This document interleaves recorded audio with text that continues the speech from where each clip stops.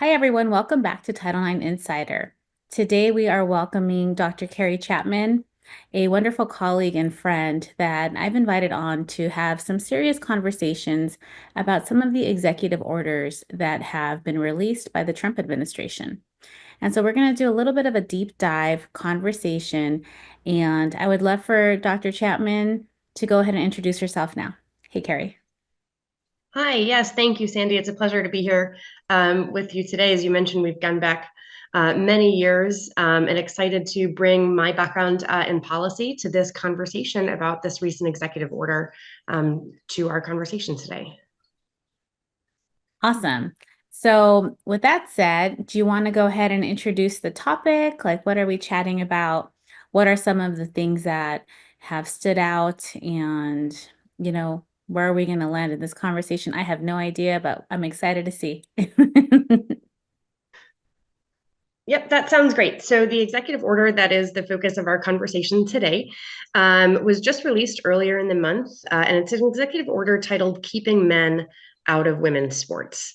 And in a nutshell, the sort of the highlight, the takeaway of the policy is that transgender student athletes are no longer allowed to participate in the sport that aligns with their gender identity. So this is really interpreting Title IX to be on the basis of sex. It's not about expanding into gender identity. And the rationale behind the executive order is to emphasize fairness and safety for women who were born biologically female and to have distinct spaces of competition that are based on that male or female designation rather than on one's gender identity. hmm Yeah, and it is such a controversial topic, as we both know. And I know that when I am being asked about transgender issues, I always do emphasize the fact that I am not opposed to transgender rights whatsoever. However, under Title IX, the concern has always been what is that scope? What is the scope of protection when we talk about sex discrimination? Does it lend itself out to gender identity? And so, yeah, I'm kind of curious, Carrie, what it is that, you're thinking. Where should we go with this conversation right now? Like, what is it, should there be a question? Should we kind of just discuss it a little bit? Like, what do you think? Yeah, I think there are a couple of topics within this executive order that have implications for Title IX and compliance. And the first one that we've already kind of cracked the door open on is this discussion around sex versus gender. And what was Title IX originally envisioned to protect? Who was Title IX protecting? And has an interpretation of Title IX really evolved over the years such that a broader understanding of things like gender identity are now included in Title IX protections? And has that,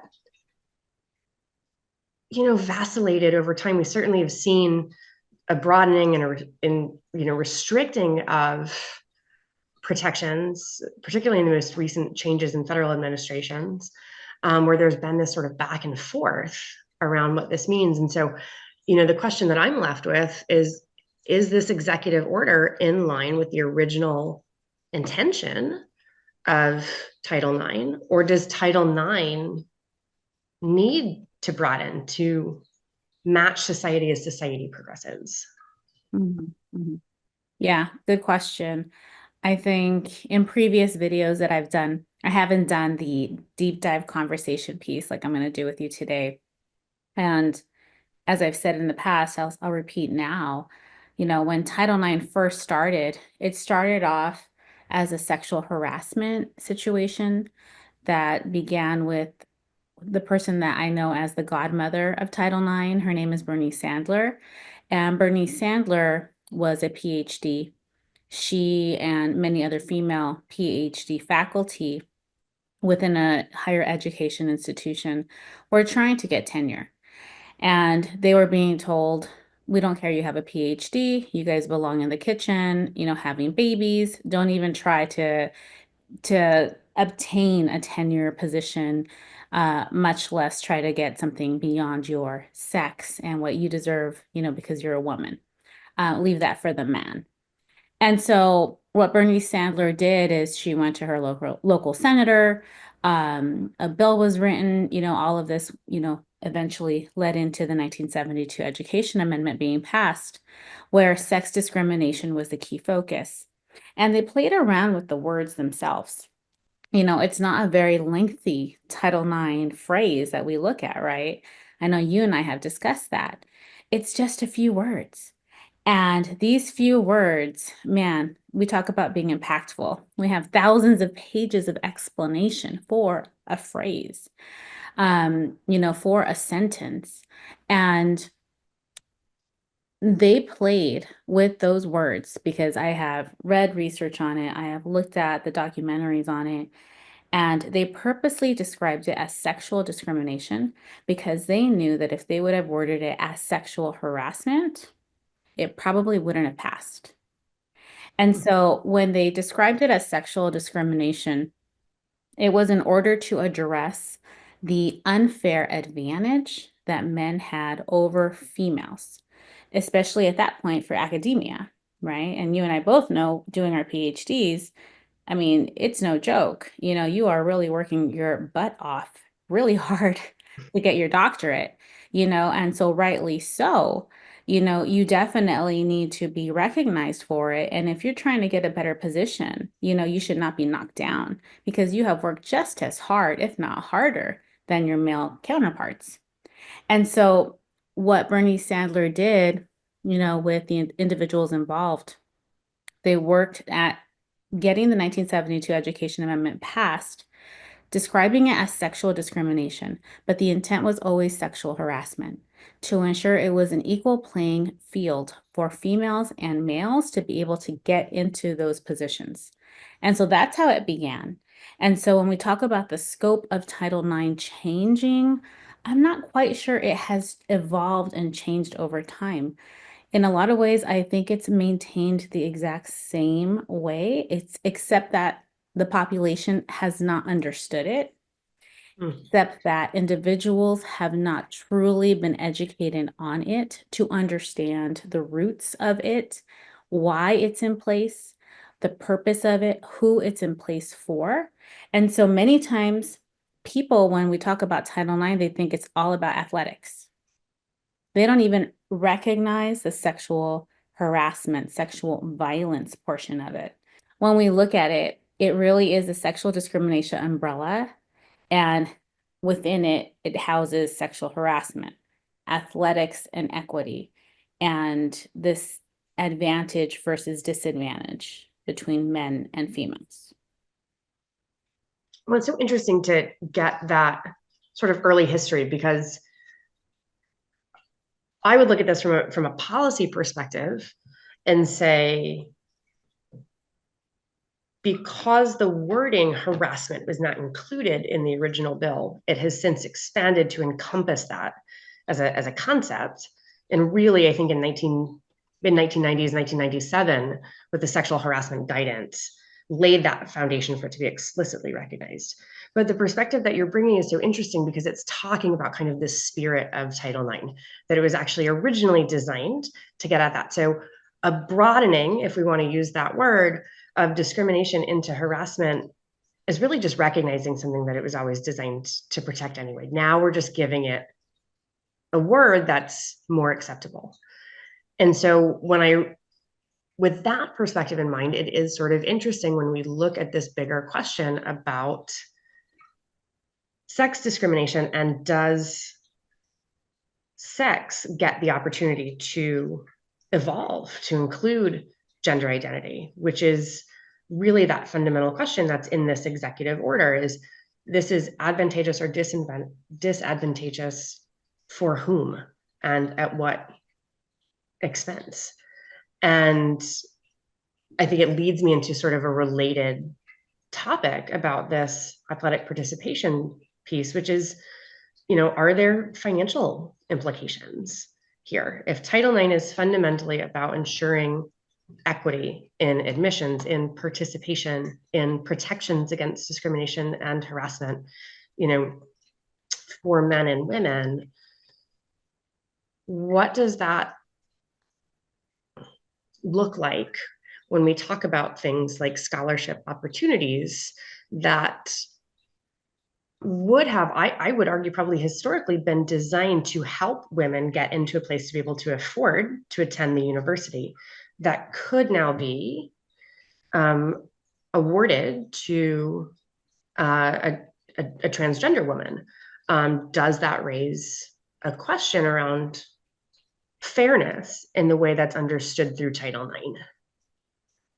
Yeah. And I think that's the right way to be thinking about this and wondering, because obviously I don't know the answers, right? And I know there's so many discussions and arguments taking place around the country. But when I think about this, I do think about the current issue with athletics and just removing transgender issues aside for a second. When we just look at the male sports and the female sports teams and how the money is divided and the scholarships, we have such issues already in play where females are not getting the right amount of money on campuses. And the sports teams that are for females are getting, peanuts compared to the football teams, the basketball teams, the soccer teams, the wrestling teams. And so there is a lot of inequity taking place. So to this day, there are still lawsuits in Title IX for athletics going on around the country to simply ensure that there is equity amongst the sports, because a lot of the female athletes, sometimes they play on fields that have like holes in them that don't even have grass, right? Where the football team has a beautiful stadium, where they get to practice. Is that unfair? Absolutely. Is that equitable? Absolutely not. And so for those kinds of extreme examples, there is such a high need for Title IX to protect the female sports teams, especially when things are not so easily equitable between the female and the male teams. Now, you bring back in the transgender issue, and this is, going to spark so much more controversy, but at least from what I've been seeing in my own research, we're talking about such a minuscule amount of people that are transgender, even within athletics, right? And so if we begin to think about, okay, should Title IX expand into this area to make it fair for them? I mean, truly, my conversation goes to, okay, well, if we do allow transgender males, males that are transitioning over to being a female into any of the sports teams, will it remove some scholarships from some of these females? If they are stronger, taller, if they have more muscle, um, that is a big question to be asking. And then my other question is, well, should we make all of these changes for such a small amount of individuals, or should there just be some sort of exceptions being made outside of Title IX in a different type of policy or law? And so not to discriminate against them, but to figure out a different solution. From what I saw with some of the information I was reading, even the NCAA president was saying there's only 10 trans athletes within the NCAA. So what is it exactly we are arguing as a country right now? We're talking about 10 individuals, and studies have shown that I think we're at about 1.6% of the population is transgender. It's such a small percentage that my concern goes to, if Title IX does expand out to gender orientation, gender identity, does it take away from the athletics protections? I don't know. The population size that you mentioned, fewer than a dozen athletes in colleges who are known by the NCAA president to be transgender women. I have these sort of conflicting thoughts, which is, on the one hand, why are we dedicating so many resources and so much time that could be appropriated elsewhere to bolster Title IX protections when we're talking about a fraction of a percentage of the more than 500,000 college athletes in the NCAA? The flip side of that coin is also recognizing a community that has been harmed and marginalized over time. And so is allowing that participation, or under this executive order, prohibiting it, continuing to erase that access and equity? And does that conflict with the spirit of Title IX? Obviously, we've all seen the headlines, where all of these athletes are saying, they've taken something away from me, and, this is unjust. They have taken away I think some of the Olympians have been saying, they've taken away my gold medal, or, they somehow like harmed my ability to succeed. And I did see that Joanna Harper, she was a runner, a state runner. And I believe it's 2004, she was a master's runner. And in 2004, she came out and won.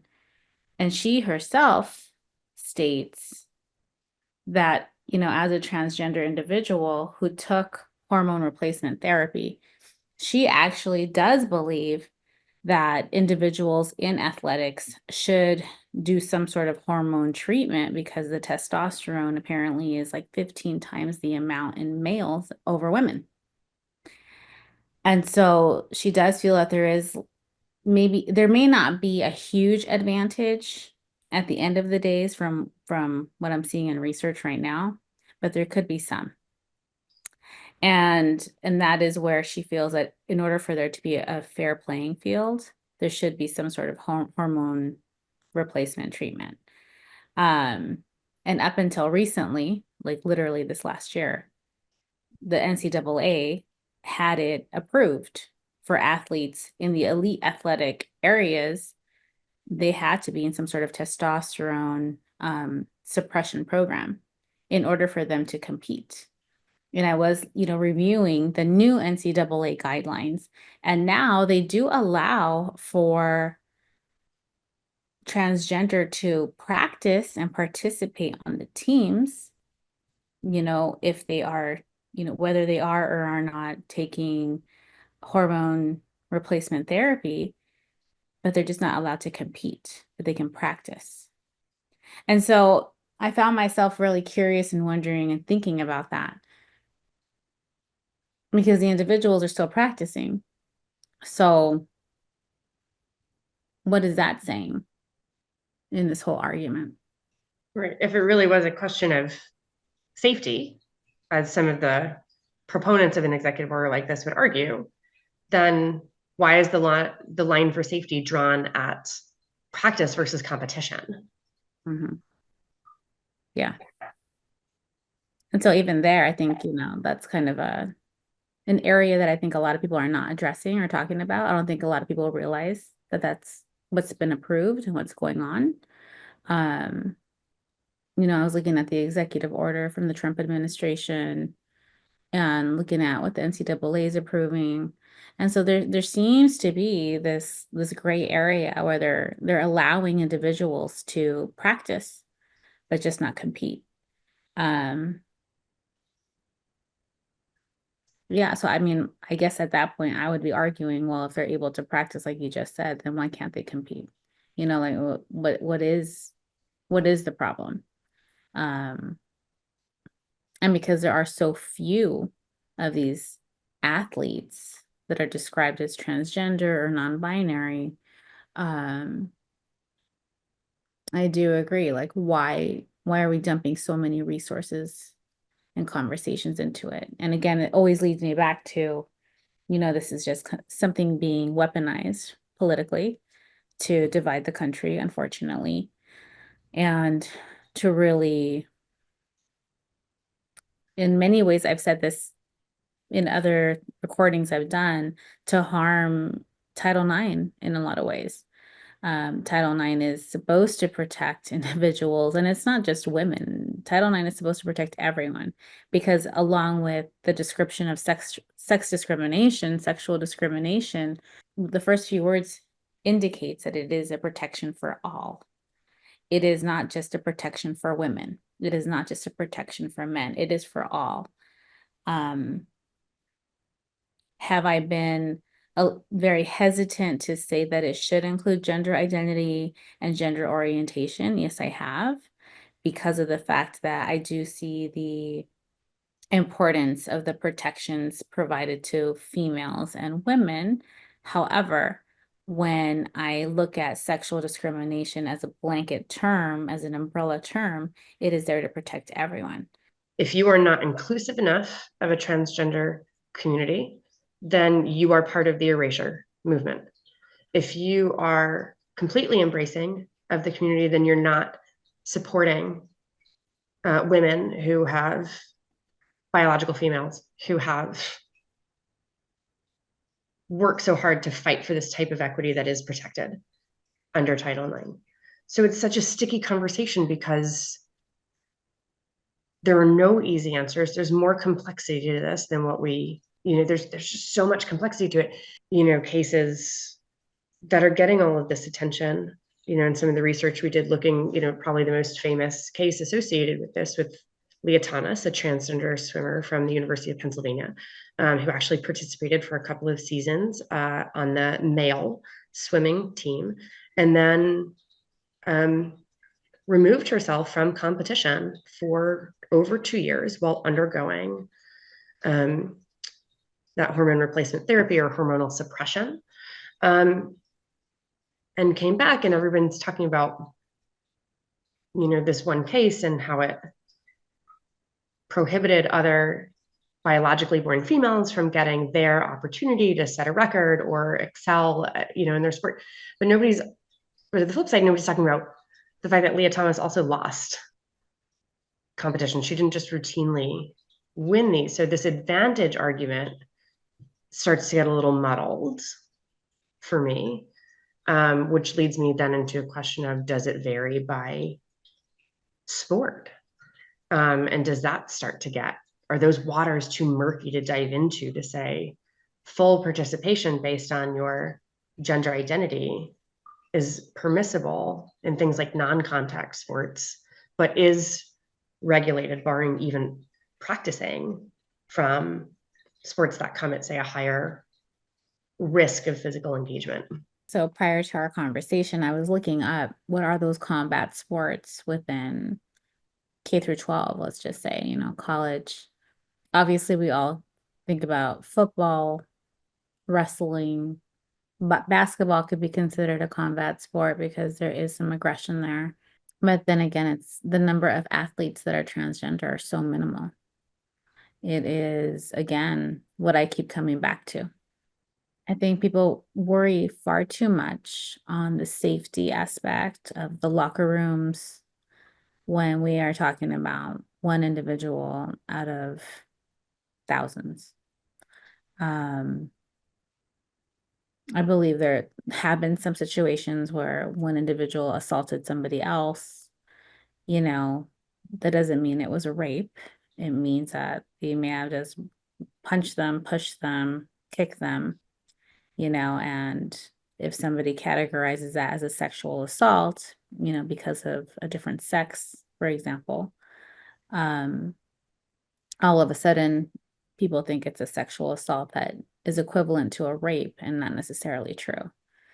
And so it's heightened in the minds of individuals, and again, possibly politically weaponized. I think it was like 20 years ago when all of this first started, with individuals wanting to have these restrooms, open to all sexes, and the conversation being in the news. And it was about 20 years ago, because I remember being on a plane, flying to DC, and I sat next to this lady, and she said, have you heard about this conversation? They're trying to allow, men to share bathrooms with women. And I remember At the time I was, in my 20s and working at a law firm. And I remember my response was like, the reality is individuals that are transgender are more at risk of being assaulted themselves than from doing the assaulting onto somebody else. I said, so if anything, these bathrooms are important just to keep them safe. It doesn't necessarily mean it's a breeding ground for them. And so that was my thought 20 years ago. Well, and there's a very clear distinction between someone who's transgender looking to use a bathroom versus a man who is infiltrating a woman's bathroom to commit an assault. That is a male perpetrator who's going into, right, conduct this assaultive behavior. Right, right. And I mean, and this Those with are your two very background, different things. and with your background, right? I'm sure you've seen that, with some of the work that you've done, where there's these categories of crime, right? Of victimization. And it's so interesting to see how the media has pulled into and sensationalized these conversations right now and completely made it about Title IX and made it about the safety of women and sports. And it's like, well, hold off. Like a pedophile is a pedophile, a criminal is a criminal. You can't just say, transgender individuals are just going to be assaulting. Like it doesn't work that way, right? I mean, you've seen this in your work.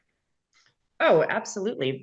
The problem is that it's so easy to take the one case and blow it up because that one case is a reflection of a fear that you've held or something that reinforces a belief system. And so, what we call in the field is anecdata.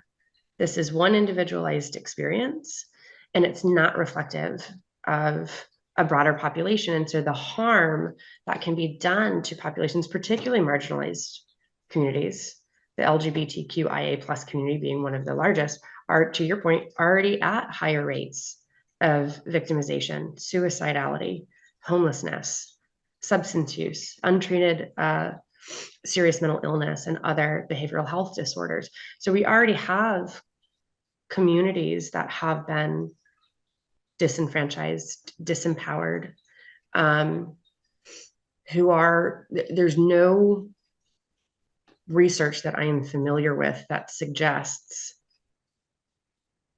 individuals in the LGBTQ community, or particularly transgender women, commit crimes at rates higher than anyone else in the population. What I'm more concerned about is if, say, a transgender woman is detained in a facility for biological males. That's where I'm concerned about victimization. Have you seen that in your work? Is that an area that you've looked at? That actually does get more attention because you can document some of the prevalence of that a little bit easier. One of the big tricks with crime is that the only way we know how to estimate it is by what's reported to law enforcement.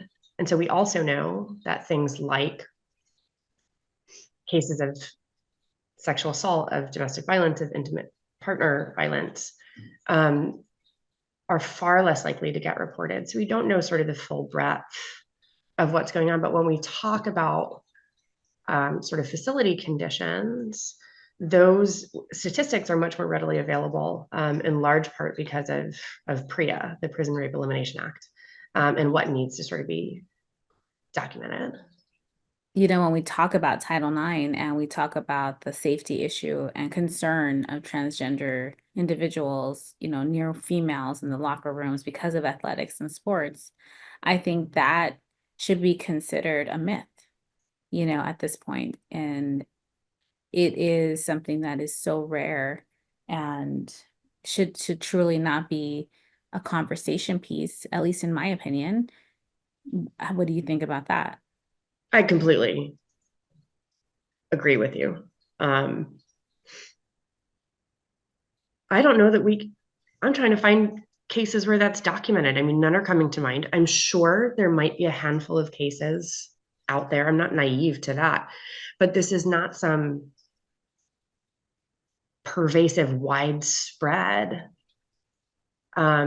commission of criminal activity or of assaultive activity. There's no evidence that that's Yeah. happened. Yeah. I think chiseling away a little bit at what's going on around the Title IX issues when we talk about these executive orders is important.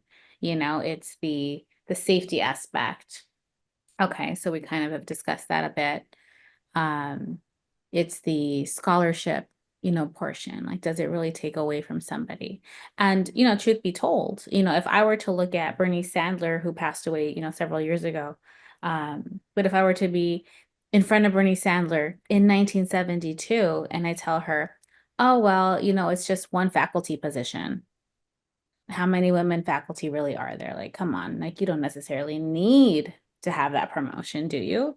Your husband's doing great. Would that be considered fair? So on, the other side of that is if there is a transgender individual that is an athlete, even though there's not that many, but they could potentially take away from the opportunity of a female. Do we say the same thing? Or do we actually look at Title IX and say, you know what, this would not be fair to that female? I think those are the debates that are happening right now. And I don't think it's necessarily an unreasonable debate to have about an interpretation from a, like we've talked about before, from a policy perspective, a legal perspective, a research perspective.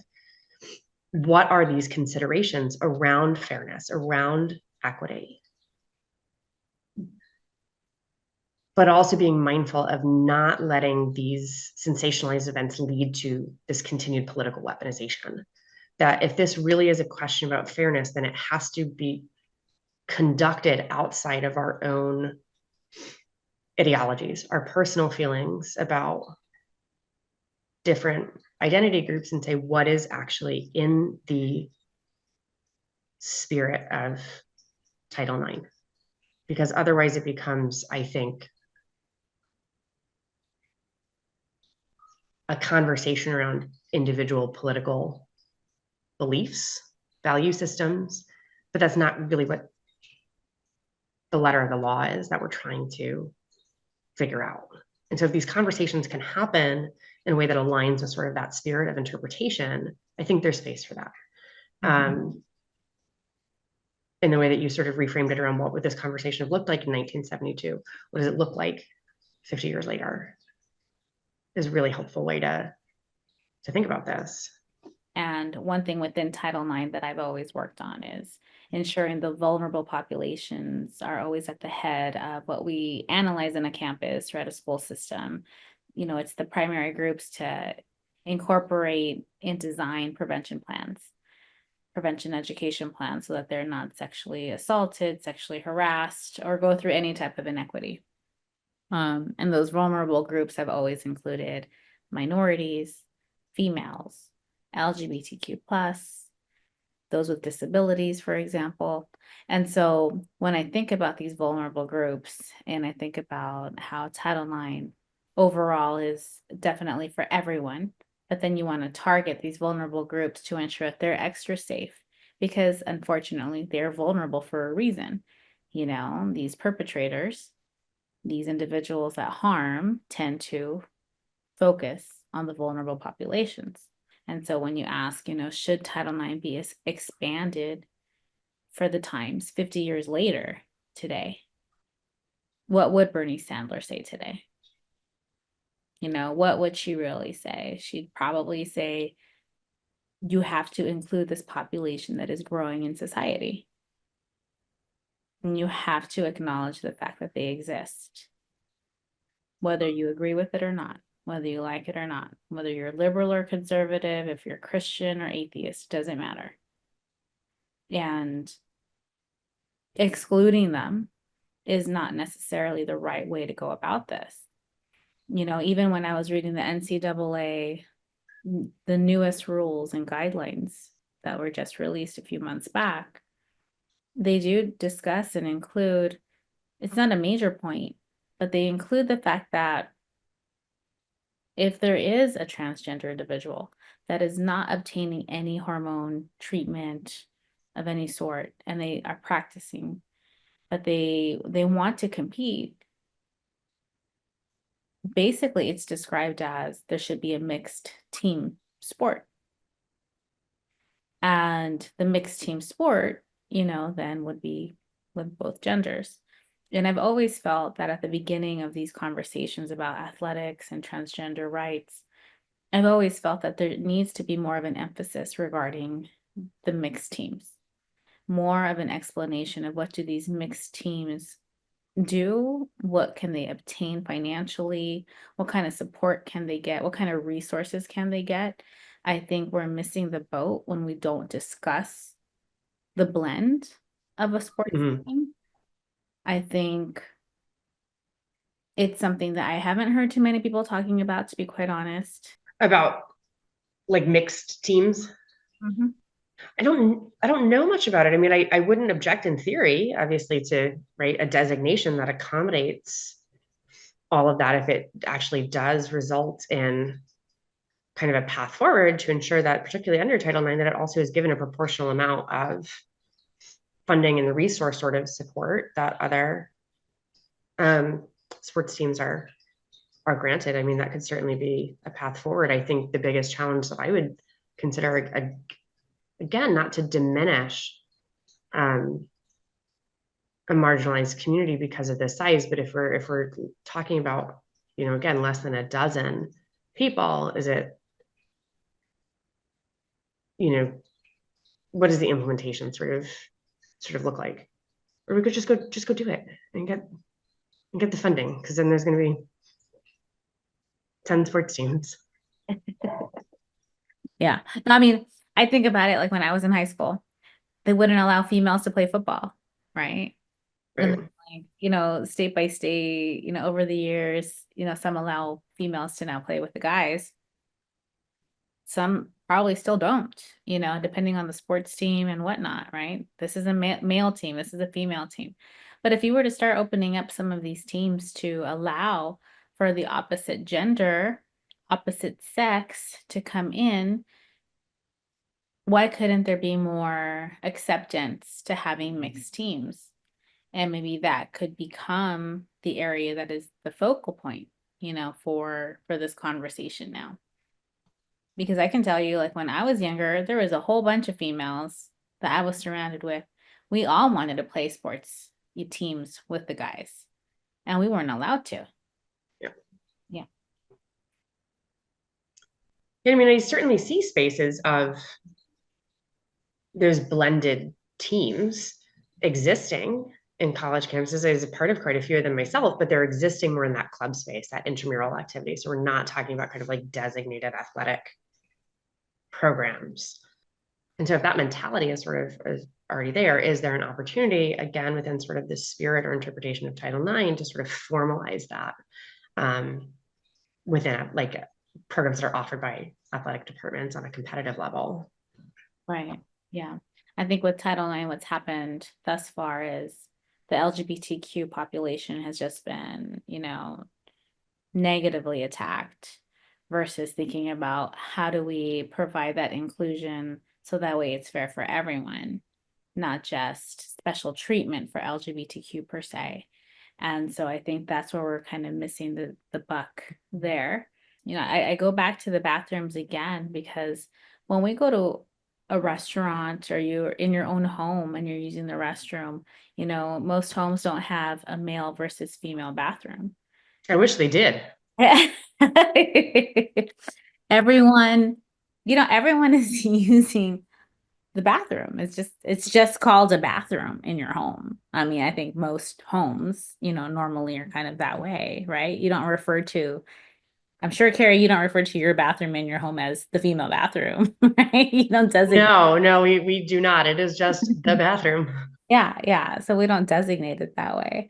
So I think I wonder if the conversation can kind of lend itself that way to the public at times. Obviously there are moments where you do want to have those designated bathrooms, especially when you're talking about the younger kids, school systems. type of things just to ensure there's no craziness happening in bathrooms. But as adults, you know, individual stall bathrooms that are open to either sex to be utilized in any given moment, I think is should be considered normal versus having some sort of negative connotation to it. Where Title IX originated in 1972, it was coming out of a recognition that women were being excluded from access to universities, from participation in athletics, from things that extend into the realm of, say, academia and job discrimination. And so we see this emergence of Title IX to offer that protection for women through equity. Let's make sure there are spaces for you. I think when I think of Bernice Sandler, I think about, you know, similarly, she would be thinking about how do we recognize where we are as a nation right now to include a specific population that is being outcasted. And I think the question for her would be, do you separate out Title IX in a way where there is an athletic component that is separate away from Title IX protections under sexual discrimination? And I say that because I tend to lean towards the purity of sexual discrimination being a protection for all. It doesn't matter your gender identity, it doesn't matter your sex, your stereotypes, none of that matters. It is a protection for all of sexual discrimination. And so, in many ways, I feel that the scope of Title IX should remain there without classifying anything outside of the sexes. However, when we talk about the athletic piece, I do feel this is where the inclusion needs to come into play. And there needs to be a better defined understanding that the mixed sports teams could possibly happen regarding the bathroom situations, the locker room situation. You know, just all of these kind of conversations should be, in a lot of ways, separated from the Title IX primary scope. And I feel that the other things should be in their own kind of amendment, per se. And I say that because, you know, Title IX, the scope of it for sexual discrimination, at least through my lens, is all about sexual harassment, the advantage and privilege that sometimes gets removed from females. And so I want to ensure that the sanctity of Title IX is intact and that it is also protecting everyone from sexual discrimination. While at the same time, I recognize athletics is a huge area that when it's connected to Title IX, I understand why gender identity is being thrown in. But if it were to be separated, I feel that the conversations would be a lot easier to be had. Yeah, you almost have Title IX-A, Title IX for athletics, and Title IX-D, Title IX for discrimination. Because if Title IX continues to sort of have a hand in everything, in discrimination, in harassment cases, in athletics, you know, can it do any of that effectively? And what's getting lost as a result? Right. I mean, already today, you know, today in this country, it's like people forget about sexual violence being a component in Title IX, where people only think it's about athletics. Then you have the other side of it where there's such a strong push on the sexual violence aspect that athletics gets pushed behind, and both are equally important. And so because of that, they should have a platform equally on its own. Okay, well, thank you so much for joining us today. And I appreciate the fact that we can have this candid conversation on something that is so heavy and so controversial. So thank you so much for joining us today, Carrie. Well, thank you so much for having me. It was a pleasure getting to have this conversation with you to have a conversation in a space where these topics aren't easy, and to come to this type of discussion with an understanding that we might not have all the answers, but what we do have is the ability to shed light on some different perspectives and to start to open up dialogues in meaningful ways. So thank you for having me. Thank you.